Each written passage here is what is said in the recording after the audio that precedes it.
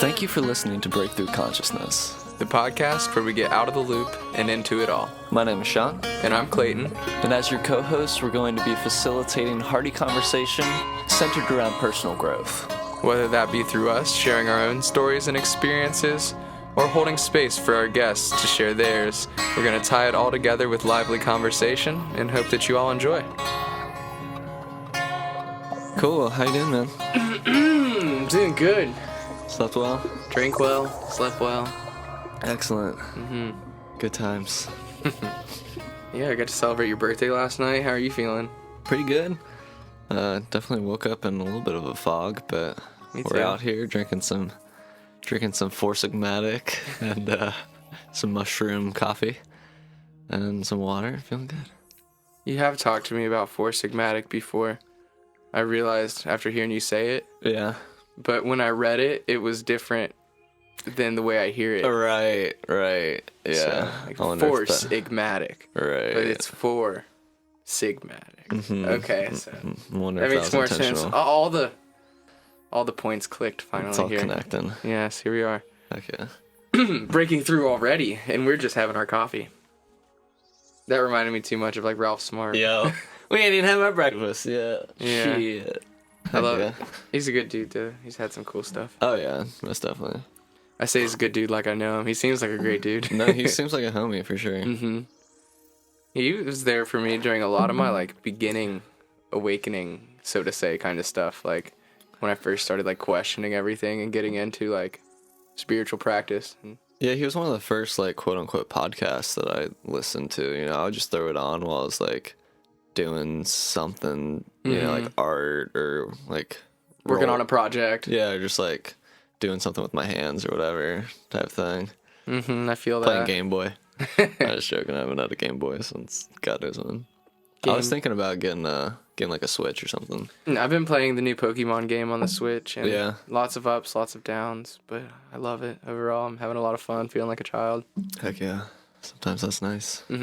Especially with this wintertime rolling in, and you know, not having as much energy to like get up. There's no sunshine to soak up outside. It's been dreary a lot of days lately. Well, not lately. We've had a beautiful like few days. Last couple days, yeah. Which has been awesome. Kind of got me out of that initial snowy blanket of winter that was kind of heavy at first. Yeah, it felt like a nice like encouragement from the universe, honestly. So it was my birthday. I woke up and the sun was out for the first time in literally weeks. Yeah, probably in months at this point. Months? I don't know if it's been that long, but I don't know, man. It's been Since like a month. Halloween, it's been like a solid. Dude, Halloween like, was gray spooky. Cloud over Cincinnati for solid. It's been pretty dark. It was spooky though.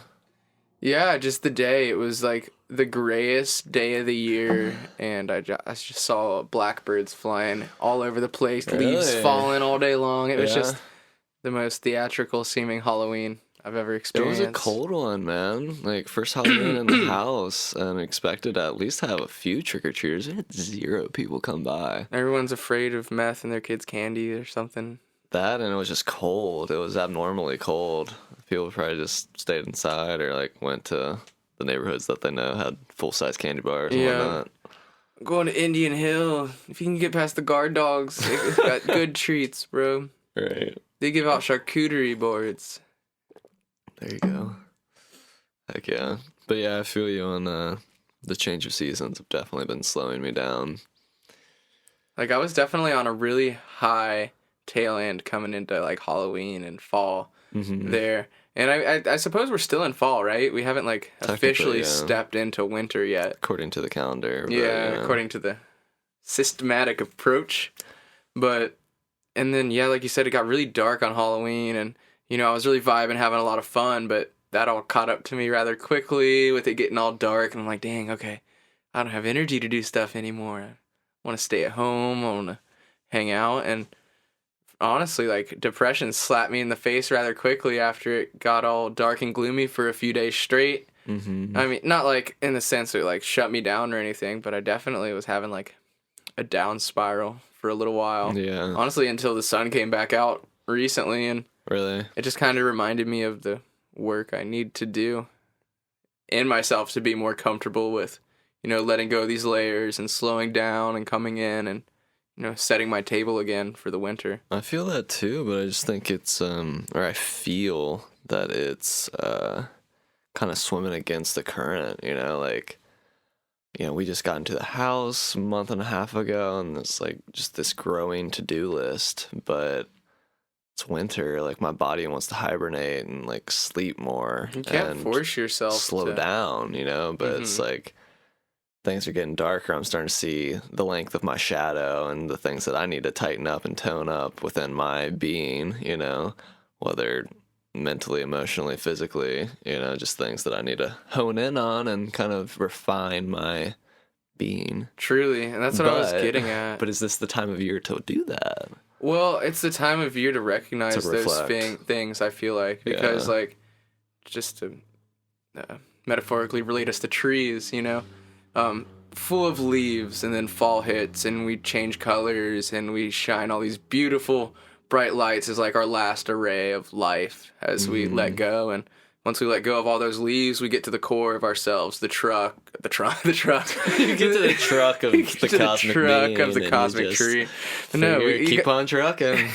You got the trunk and the branches and the roots, and that's kind of what we get left with ourselves. We let go of a lot of those extra high flying, higher energy ideas, and we come into the more like core of ourselves. So kind of left with that skeleton and and when we're left so bare, it's easier to see the parts of ourselves that we need to work on that was a little harder to see through all that bright and shiny foliage that we were having so much fun with. And it's easier to get into that coldness of like really just feeling vulnerable and susceptible to the environment, just the harshness of winter coming in and just feeling that on a emotional level. Just you want your extra layers. You want to just kind of cozy up in bed. I want to stay all warm. I want to be as fun as I know I am in the summertime. I want to dig into my cave, find that warm spot, not move for weeks. I'm trading leaves for blankets and sunshine for coffee and I guess so, yeah. Right. Because as much as wintertime slows down the natural cycles of life, like the systematic cycle of being in a society doesn't really slow down. No, it doesn't. In fact, it kind of accelerates around December. You got the holidays coming up. People are gearing Capitalism gets into for the harvest. Like everything we've been working so hard on all year, like making that money to kind of give it all back and gifts and stuff, which is like a beautiful thing in theory and in practice a lot of times, but a lot of times too it can just bleed over into the extreme of consumerism, man. That's what I was about to say. It really bums me out that Thanksgiving now is like a shopping holiday. Like not even Black Friday, Thanksgiving night. It's nuts. Places start opening at like 6 or 8 o'clock and just stay open all night long, and it is pretty crazy. People get hurt every year still. Really?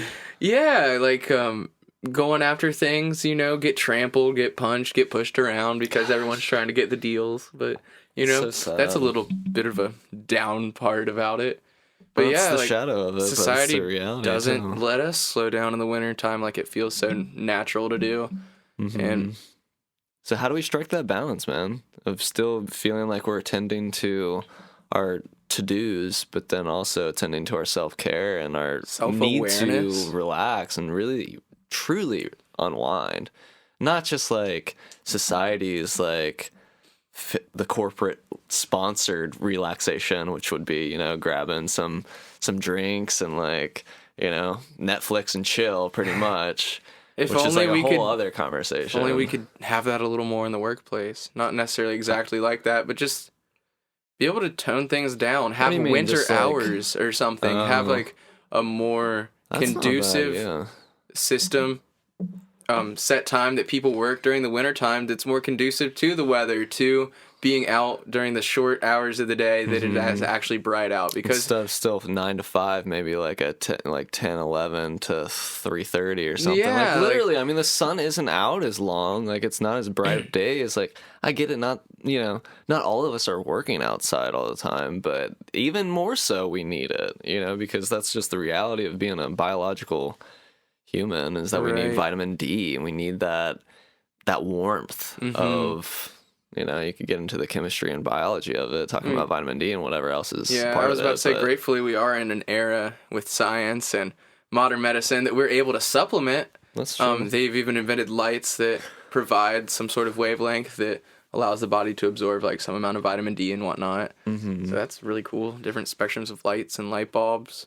And I mean, even a lot of what we're saying right now is speculation on what the system can change to be better for us. But what can we actually do for ourselves when it's getting to this point? I feel like it's been the last couple cycles around the sun for me, just the last 2-3 years, that I've realized, like, damn, I do get really sad in the wintertime. Seasonal depression isn't just like a joke. It's honestly a something. fun little acronym. Yeah, it's sad. Seasonal affective disorder. Oh, I'm sad. But like, it's something that affects so many people that I know, and some people are able to just like keep on floating through and power to them, Right. for sure. But for me, it's been. You can only do that for so long. I think we've all tried to do and that. then it does crash down eventually. No Right. one is strong forever. Mm-hmm. But I mean, so it's like kind of all these signs pointing towards just relaxation and self-care and like tuning in to the body and the relaxation and the deep rest that winter provides. Mm-hmm. I feel like I've kind of been getting down on myself because on one hand, and being like really relaxed and like telling myself that I'm practicing self-care by like sleeping in. I mean, you know that I'm self-employed. I kind of create my own schedule for the most part. So I'm able to have that luxury not many people do. But, I'm kind of been kicking myself because I just feel like there's not enough hours in the day. Because it's even though I'm dark working, for so long. Well, yeah, that's true. But just we wake even up, still. even if you wake up at noon, it's still dark out anymore because it's so overcast this winter. Which feels like an excuse because I work inside with light bulbs and like central heat and stuff like that. You know what I mean? So like I can still be working the same hours.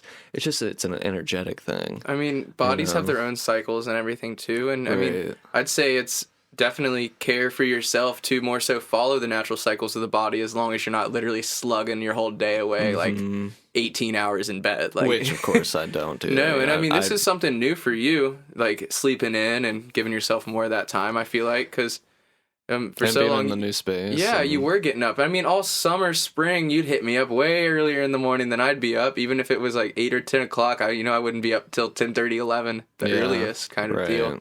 So I've never been the biggest morning person, but letting yourself have this time to sleep in is right. I mean, it's really only like 8, maybe 10 hours, but I mean, shit, 10 hours is definitely a luxury for many people who are, I mean, they say we need 8, surviving on like couple 6. extra. Yeah. Sometimes getting 6 hours of sleep honestly works better for my body. But it's like I actually had to will myself to get up. If I set an alarm for 6 hours after I'm going to sleep, I can get up and be fine. Of course it's But better. your natural body clock wants you to sleep 8 or 10 hours. But I feel like it's also an emotional thing. I think it's also like a symptom of that depression where I really just like my emotional body doesn't want to fucking do the things that I have to do today. I've got It's a like, lagging will.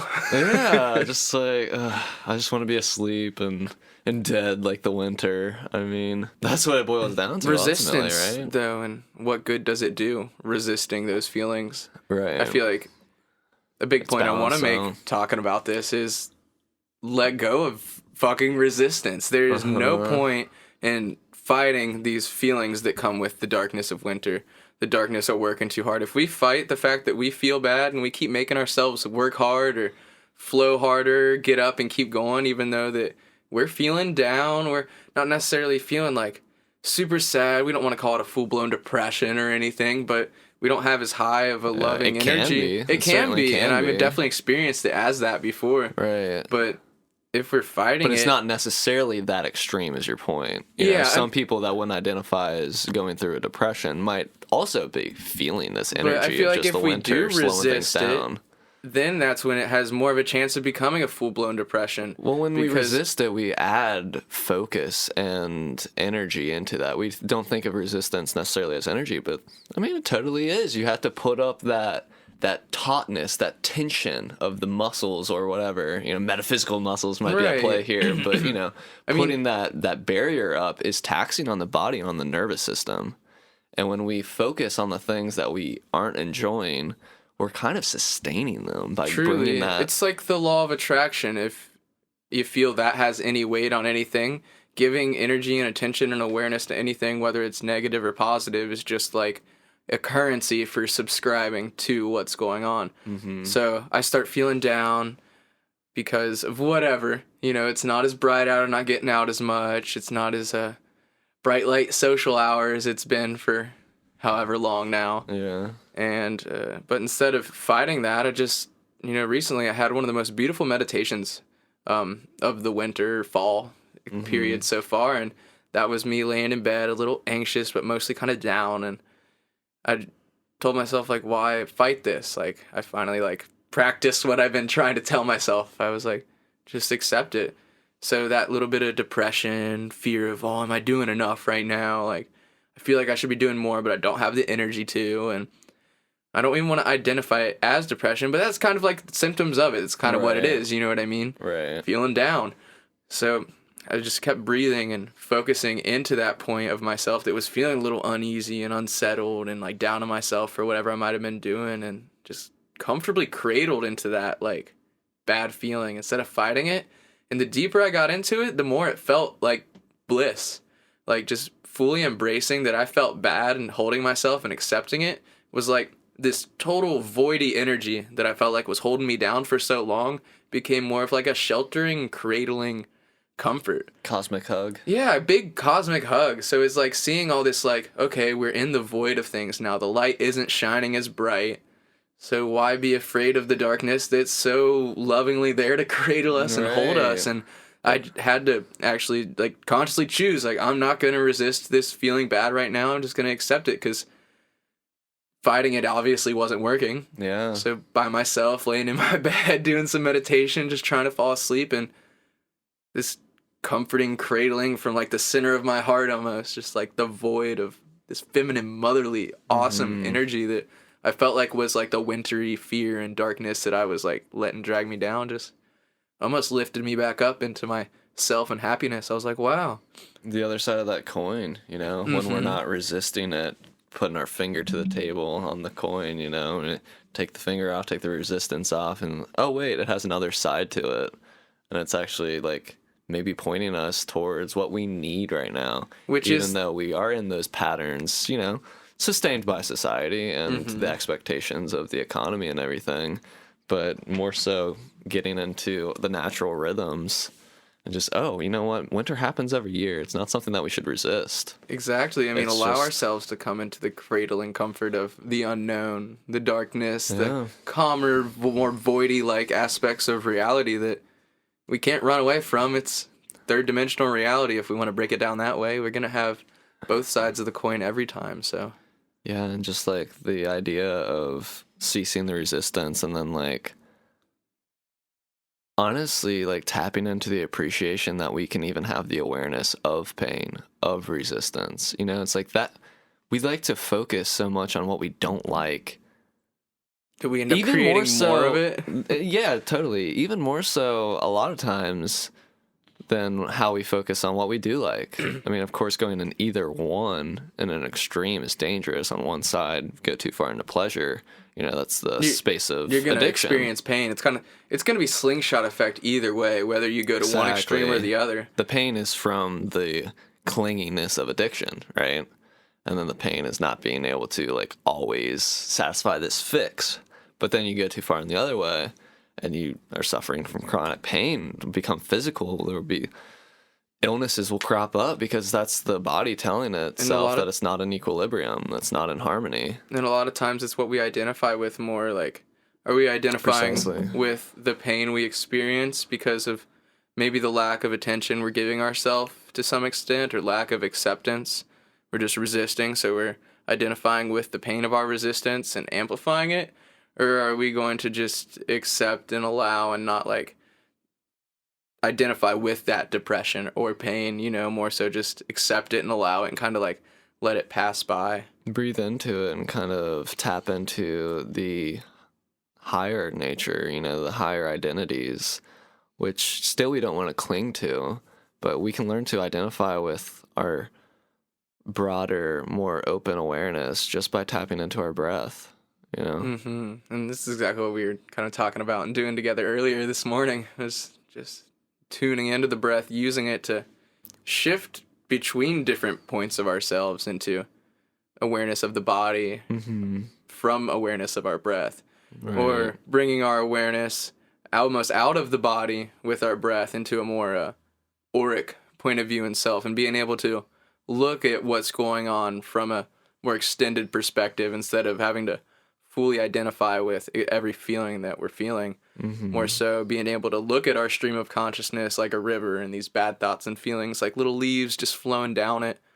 We're not going to try and run out into the river and get ourselves all soaked in the dead of winter, you know, trying to like stop these leaves from going down. We just have to let them slide, let them keep on flowing, because they're going to go. Yeah, you can put your cosmic, you know, leaf blower away for the season. You know, just let it gather, let it be what it is. Right, because eventually all those leaves break down and fertilize the soil, and they make for new growth. So like it's kind of what accepting and shedding these layers are, is just allowing it to be, shedding them, letting them go, and they're gonna fertilize like the new versions of our next selves. You know, as we bloom again in the upcoming spring months. Exactly. Which happens every year, but it's like every year we're always surprised that, damn, I'm sad. Yeah, it's not even surprising, but it's the experience of it. It's a reminder. It's because I kind of forget about it until it starts happening again. And every year it gets a little more manageable, but it also might even get a little heavier too, because it's a reminder. So if we're going to grow and glow that much brighter in the summer, I guarantee we're probably going to sink and rest that much further in the winter. For sure. But yeah, I mean, it's just kind of even going through a day, you know, like it's kind of that polar, you know, duality type of thing. Like if we attach too much to the sun, you know, then sunset we might start getting surprised that the sun's going away. Like, where is my God? He has forsaken me. 12 hours. So cold. It's getting dark. And then the blanket's God, and then the sun comes up, and you swear that the blanket's the devil because now you're too hot. Like, you know, or you curse the sun because you think you found a new God. Yeah, exactly. You know? I mean, go away. It all has its own parts. I was comfortable in my darkness. I mean, finding comfort in it all is important. Yeah, but I do want to highlight what we started talking about off air, and then just a little bit right now, and you're talking about, you know, just using the breath as a key. I mean, this is really it's the secret in plain sight, you know. Tap into your breath. And that's just such an easy way to anchor our attention into the subconscious realm. You know, when we were talking before, I was telling you that I'm just such a thinker, you know, like I'm not the type of person that just my automatic, habitual ego personality is to be in my thoughts and analyzing everything, and how, you know, the information that I've gathered through my life, you know, which is kind of recognizing that we are of one consciousness experiencing itself through these different forms. I start to realize that everything in my life is a reflection of my inner life. A symbol, if you will. A symbol, yeah. And it's the same sense that a dream is a symbol for your psyche. You know, but this is kind of a dream for a different aspect of identity, and we could go down the rabbit hole of identity too, because that's a huge... In like Jungian philosophy. Yeah. Jungian. Union. Union. Good old Carl. Yeah, Carl Jung, talking about the collective unconsciousness and the archetypes that we all allow into our lives through the extension of the people that we surround ourselves with, and in the sense that the archetypes are kind of your egos. Those are the few personality archetypes that we assimilate into when we're in the dream of wakeful life, you know, what we call the normal reality, which is here on Earth, which is truly just one dreamscape, essentially. You know, we're like, I don't know how lofty and heady we want to get with this conversation, but I mean, you know, it's just like, it's consciousness playing this game with itself of going through these different dreams, through the forms of reality, through the denseness of 3D life, you know, whether that's from an animal perspective sort of demigod perspective of the humans. And who are we to deny ourselves the fullness and experience of every aspect and facet that this big waking dream has to offer us as individuals here? Like, so why run and hide from rest? Anything from at all. What we perceive as this darkness or depression, and when really, like, in a conversation I was having with someone last night, something that they said that rang really true was, they say you can find bliss in every emotion and every feeling. It might have been you that said that. I don't know. I don't remember who said it, but I was just talking about how, like, through my meditation, entering into that darkness, I found a much, like, happier version of myself by entering into what I was more afraid of, rather than running away from it. And inside every emotion and every field and every potential, like, on the other side, I would say there is bliss once we fully accept it and allowed it to be. Why would we be upset because we're not resisting what is? And I think the bliss is a symptom of self-recognition and self-discovery. As egos, we like to resist pain, and we like to resist what doesn't fit into our personality's idea of what heaven would be like, right? A perfect day where I'm the king of the world. Anything that is subpar to that ideation. I think thoughts, they manifest. Like, it's not always going to be so immediately magical. Not immediate, yeah, necessarily. But my point is that it's all you. It's all within the I am. So when we can truly, accept and cradle every form of awareness, every emotion, every thought, and recognize it as within the I am, it's not the ultimate truth, but these are symbols, like clouds passing through the infinite mind, Right, it's like knowing. Starts to form something, but then it dissipates, And you're like, oh wait, it's still I am.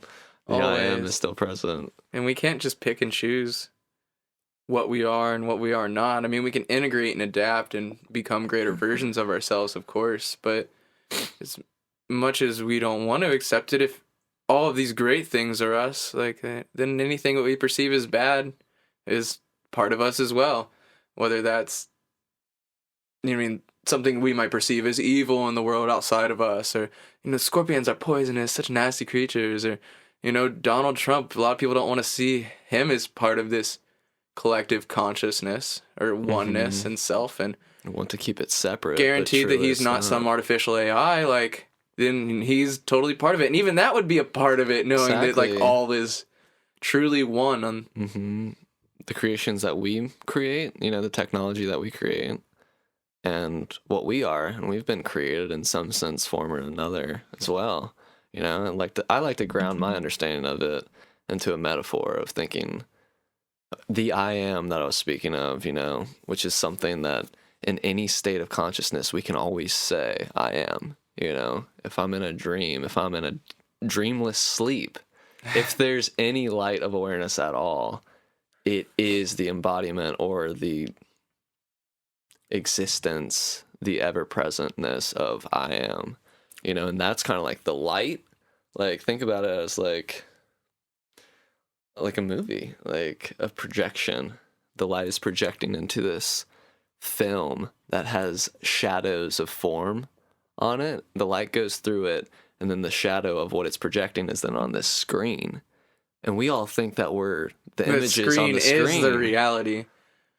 Yeah, exactly. We think that's the first reality, but the first reality is that there's something to perceive anything at all anyway. I mean, thinking in that sense, we can basically say that any experiential dimension, any dimension that we can perceive, is but a shadow of a higher dimension. A deeper dimension. A deeper dimension, something projecting itself something more further. True. Yeah, something closer to reality, but this is like the breakdown, essentially. And if we can choose to breathe into that awareness, if we choose to recognize that as our truer identity, maybe not the highest identity, but we're always reaching deeper, we're always going deeper into the rabbit hole of self-discovery.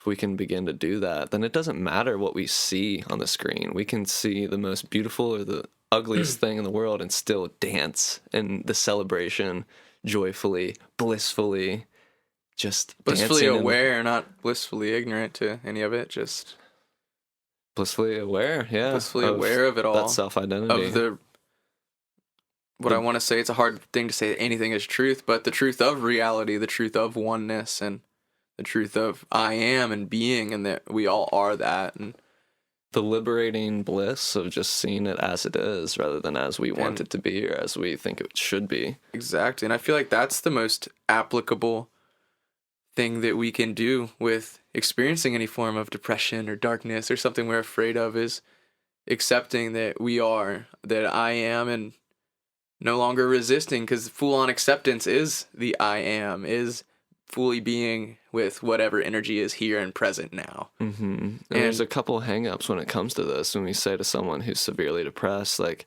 hey man, just accept where you are, or, you know, whatever. It's like if someone were to tell me that a month ago, I might slap him in the head. Exactly, because you're not vibing from where that may be true. And that's why I feel like it was a great idea to do this episode now, because I was kind of in a slump in depression, and these are a lot of the things that I feel like being reminded of would kind of help me out of that slump. And like, we've been in a lighter time period these last 4 or 5 days, and I know we're going to enter back into an even deeper, more heavy set winter. Like, yeah, family's getting together for the holidays, but once that's starting to dissipate, we're left with that dark core and voidy openness that was before. So kind of that raw, sentimental, you know, it's a new year, it's supposed to be new me, but kind of going through the same patterns. And it's kind of I mean, we can get deeper into this in like a New Year's episode, but just the fact that we try to embark on this renewal of the calendar in the depth of winter is sort of insane. It's so backwards. No one's ready to bloom into a new self. Like, in January, the new year totally starts in like March. Like, come on, like it starts getting like, that's when the year begins. When life is equinox anew. Yeah, right. When we start moving back into the shift of light and day instead of like the darkness seeds. Conquering. Yeah, it's total balance, of course, but like, come on. When you think about it, does the year start in the dead of winter? No. Of course not. No. Why does everyone want to... I'm going to totally shift and change myself in the middle of winter. No wonder that these resolutions only last like a couple months. Half the time, because we're already so down and we don't have that high energy to bring into it. Right. Yeah, we'll do a full episode talking about that. Probably release that peek. Before this one. Yeah. Heck yeah. But yeah, man, just to ground it in, like, you know, just back to my point, I was saying that, you know, someone who is going through like a depression that they're identifying with, you tell them to accept it, a lot of times that doesn't resonate. Maybe telling them that if they stop resisting it, their nervous system will have more of a chance of relaxation. And it goes with chronic pain too. I actually just heard this on a podcast that I stumbled upon yesterday called The Cure for Chronic Pain. She was talking about how when we just surrender and stop caring about what painful suffering we're going through, if we surrender and let it be what it is, literally, and like there's been, you know, neuroscience studies and, you know, to verify this reality for people. And of course, realities and science is fluid, but experientially, try it out. You know, if you're experiencing pain, like I've been experiencing pain in my wrist for months now. It was really kind of bumming me out. So must your resistance to that keeps the body doing more than it needs to? Yeah, it's this, like, me telling myself, oh, no, I shouldn't be experiencing this. Like, I need my wrist to do my work. Like, so you're stressing yourself out. I'm stressing it. Exactly. And, like, last week, Thanksgiving, started to get a cold as soon as we got to my parents' house before embarking on this trip to Missouri. Were you stressed about seeing all your family and stuff? I was trying to, like... I don't know what it was, honestly, dude. But both you and Kara got a little cold? Yeah, and it's still, like, tapering off, as you can probably hear in my voice. But it was the worst when we were there. And I was, like, trying to imagine it away.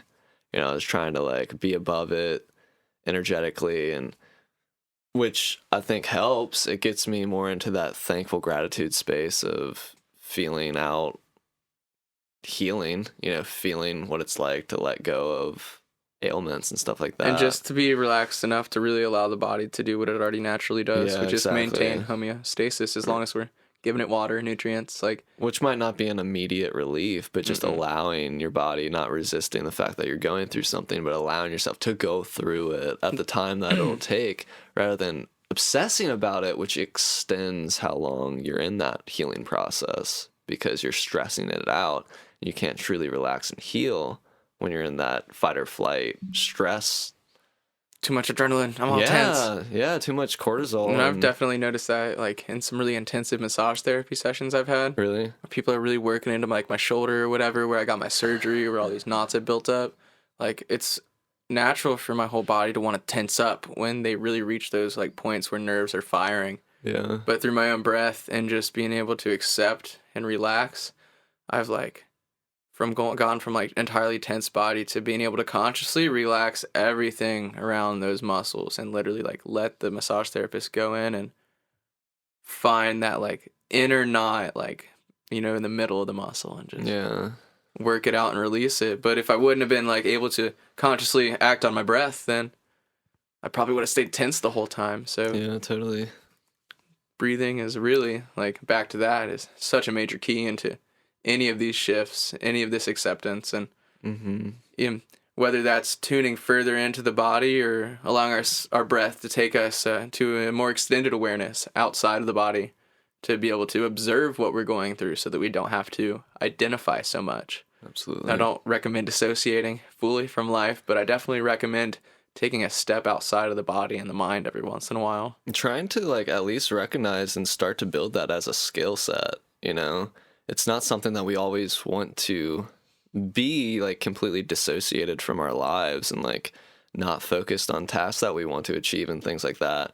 But being able to like, for instance, if you're in a social situation, maybe you feel a little uncomfortable, or socially anxious or whatnot, if you can learn to tap into your breath and kind of float above the room and observe the patterns that are emerging in the room, just kind of get curious, you know, like instead of getting into the fear and, oh, why am I fearing, but more like, what's going on here? You know? Like, why am I feeling these ways? Not identifying with like fearful thought pattern or like getting into the rabbit hole of identifying with getting all anxious and scared, like just taking our time to get our breath and to step outside for a minute, get outside of the box. Which I feel like is what that analogy or metaphor or whatever it is leads to. It's just like, step out of your head for a minute. Let's try it right now. I think that would be a perfect like segue to end this episode. Like, let's all just take a minute to remember that we're breathing and not just think about it, but feel it out.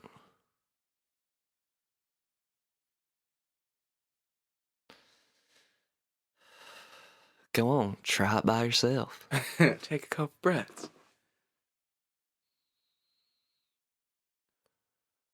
And breathing is just so simple and always available. One thing Sean and I were talking about earlier is, like, there's different rhythms that we can breathe with. But really, if we just stay focused on the breath, using our intention and desire to somewhat guide or GPS the trip.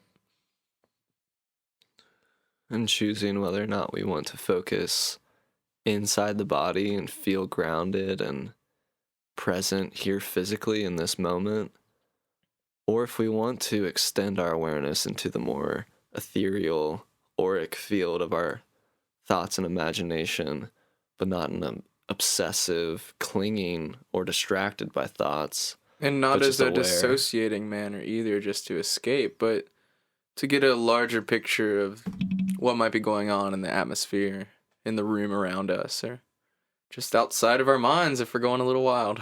Just smiling in the witnessing state. Remembering that too is you. And it's also not all of you. Little wrap up today. So we covered a few fun things. Jumped right in with changing of the seasons, letting go of the leaves, seasonal depression, feeling the big sad, coming into that light and, relating that to our bodies, to the other experiences that we have, and really what it is to accept and not to resist any of the facets of our life that we're put face to face with, because most times you resist what's seemingly resisting your path. You're just creating a bigger roadblock than you already perceive that as, when really it's just a sign pointing towards what we need to do, whether individually or collectively, to be more whole and accepting of everything in which we are, that I am and we all are. For sure. And learning to not get lost in the weeds of detail. You know, maybe if we had more time to do this episode, we could have given some more specifics about what we've personally been going through. Maybe we'll but come I feel back like those through. details. Yeah, and we'll do that in the intro. But really, maybe. This is something that everyone can relate to. Exactly. That's what my point was, just, you know, without getting into those details, like getting into the drama of it and identifying with those personal experiences, more just seeing it for what it is to you personally. You know, that's self-work. We don't necessarily need to air out our stuff right now. You know, sometimes it is helpful too, but just getting to that root of, do I need to be focused on this anyway? Is it bringing my life forward to focus on these negative things? Or can I just let them be and let them take me where I need to be? Trust that I'm on my path at all times. And all I have to do is keep walking, keep taking time to sleep and rest. Right. And remembering that as much as we don't want to resist it, we also don't want to identify with it. Mm-hmm. Even That's though we key. can accept it and allow it, it's more of an acceptance and allowance of an energy to pass through. Of the fluidity. Giving it a big hug and allowing it to be fluid. But as soon as we identify with it and hold on to it, that's also a lot of times when the problems start to get bigger. Because in the past, when I've said I'm depressed, you know what? Then I get depressed. Yeah, and people start to reflect that if we tell our friends, oh, you know, I'm depressed. Like, they start holding up that mirror to you, because now you've identified that, you've told them about your identity. They're not going to start identifying you as that, which, you know, can be helpful if you guys are working through something together. Mm-hmm. And if you're all on that growth mindset. But a lot of people get more so into the comfort zone mindset of just habitual identities, and that's huge. I mean, we could do a whole episode about identity. Right. And like you were saying, though, it's not like we're saying oh, just stop being depressed. Right. Get over it. Because, I mean, I'm sure I'm going to go through some ups and downs this coming winter. I kind of feel it. I'm expecting it. I'm prepared for it. And I want to be more prepared for it, which is why I wanted to do this episode. Yeah. And while I had some higher energy to be able to go back and listen to this and remind myself of some of these techniques that I know help me, but that I often forget when I'm in the midst of the muck. Exactly. But, you know, these moments of clarity where we can kind of work it out together conversationally, I mean, it's definitely helpful for both of us to be able to talk this out and really have some tangible keys to the castle of bliss, ourselves, just awareness, consciousness, words, and more words. No. And words. Until we get out of the loop and into it all. Keep breathing. Peace.